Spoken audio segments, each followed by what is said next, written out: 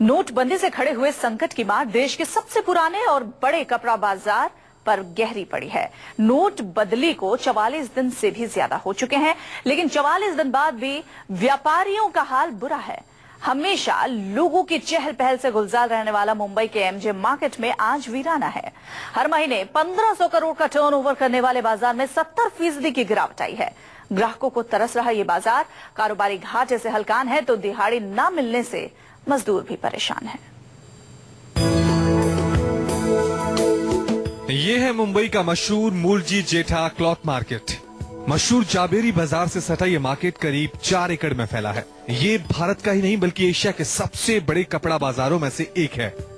इस मार्केट का इतिहास इतना पुराना है कि ईस्ट इंडिया कंपनी के पंजीकरण के बाद इसी का रजिस्ट्रेशन हुआ था।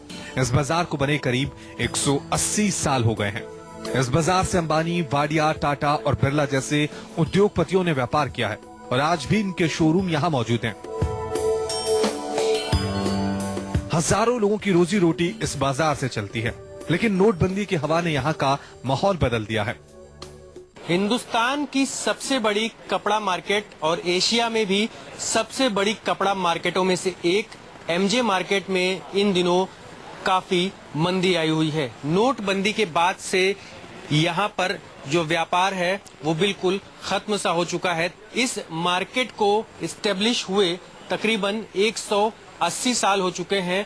अंग्रेजों के जमाने में हिंदुस्तानी कपड़ों को विदेशी कपड़ों के बराबरी में टक्कर देने के लिए इस मार्केट को इस्टेब्लिश किया गया था।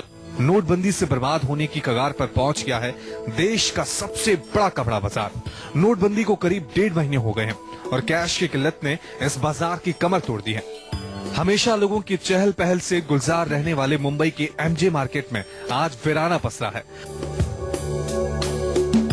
हर महीने 1500 करोड़ का टर्नओवर करने वाले बाजार में 70% की गिरावट आई है। रोजाना 70 से 100 करोड़ का व्यापार करने वाले इस बाजार में नोटबंदी के बाद से 70% धंधा खत्म हो गया है। इस बाजार में करीब 737 दुकानें हैं। देश का सबसे बड़ा होलसेल कपड़ा मार्केट भी एमजे मार्केट है, लेकिन एमजे मार्केट में खरीदार ना के बराबर आ रहे हैं। आज की तारीख में भी देखा जाए तो 70% बिजनेस डाउन, ओनली 30% बिजनेस हो रहा है।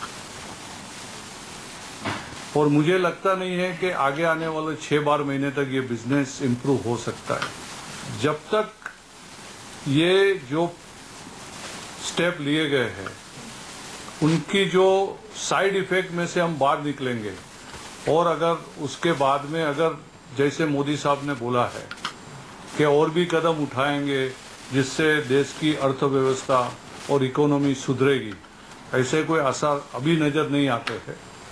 Future we don't know. Wholesale के इस मार्केट में देश दुनिया के छोटे मोटे व्यापारी अपनी दुकानों के लिए माल खरीदने आते हैं।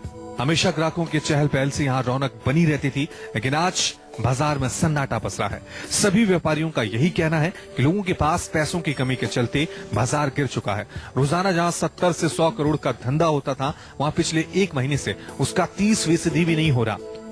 शादी के सीजन में जहां सबसे ज्यादा बिक्री होती थी, लेकिन मौजूदा मंदी का दौर बाजार ने कभी देखा नहीं था। आप शॉप देख ही सकते हैं, इट्स ऑलरेडी एम्प्टी। तो जैसे हम कपड़े वाले, अब जैसे आपने 2000 की नोट ली, आप फूड सप्लाई पहले लोगे कि कपड़ा पहले लोगे? राइट ना, सबका थिंकिंग चेंज हो गया कि आप बचाओ, प्रायोरिटीज चेंज हो गई है। जैसे वेडिंग में लोग अभी nobody is coming to buy clothes, उसका रीजन क्रंच ही है, क्योंकि 2000 की नोट लेके आदमी जावे, उसको चेंज मिले तो वो सामने कुछ और परचेस करने जाएगा। मैं सारी जो ड्रेस मटेरियल में डील कर रहा हूँ और लास्ट 1 महीने से कस्टमर के पास कैश इन हैंड हाथ में नहीं है। उनकी वजह से काफ़ी तकलीफें सब भुगत रहे हैं। ये सीज़न होता है, शादियों का सीज़न है, न्यू ईयर सेलिब्रेशन, यहाँ पे कपड़ों की सबसे ज़्यादा बिक्री होती है, लेकिन अब क्या कहेंगे उसमें?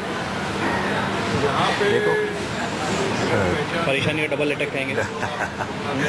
अभी तो परेशानी है, लेकिन अच्छा हो जाएगा आगे, सोच रहे हैं। इस बाजार की नींव विदेशी कपड़ों के मुकाबले स्वदेशी मिलों द्वारा निर्मित कपड़ों को प्रोत्साहन और बेचने के लिए रखी गई थी, लेकिन आज 4 एकड़ के बाजार में फैले 700 से भी ज्यादा दुकानों में कपड़े ग्राहकों के मोहताज हैं।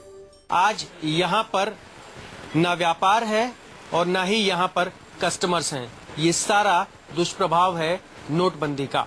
कैमरा पर्सन समीर के साथ अविनाश पांडे, न्यूज़ 24, मुंबई।